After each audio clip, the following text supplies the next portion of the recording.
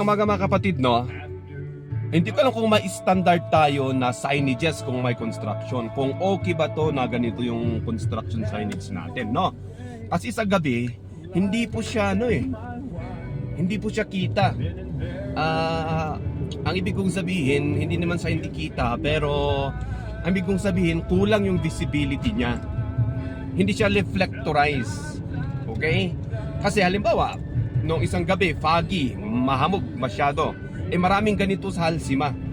Tarpunin lang yung signage nila. Okay, na this way. So, ako, makapal yung tint ng sasakyan ko, tapos may kahinaan yung ilaw ko. Muntik ko ng alaruhin yon. Kung may reflectorize sana yon, no. Halimbawa dito, this way. Okay lang ba yan na ganyan? Kasi pag dito sa Bugyas kasi reflectorize ang kailangan kasi foggy, okay? Masyadong madilim. Para sa akin, hindi ko alam kung kasya to na mga ganito lang signs natin na standard na ganyan, no? I'm not sure. Siguro meron naman na ma-standard tayong diyan. Halimbawa dito rin, no, sa Bugyas, halimbawa yung pailaw, yung cat's eye natin sa kalsada, yung pailaw sa linya ng kalsada, wala. Wala man lang tawag dito. Kahit na man lang pintura, wala sa ibang parte.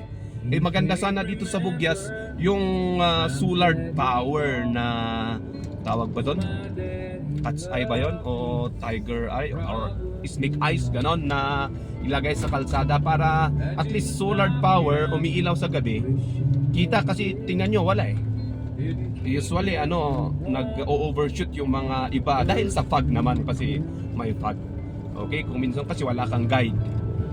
Suggestion lang naman, hindi ko sinasabi na suggestion lang naman in my part na mahinang driver. Lalo na yung mga signages ng construction, delikado kung minsan. Baka mas maganda yung mga may pailaw-ilaw para na warning device. Yun lang sa akin, yun lang.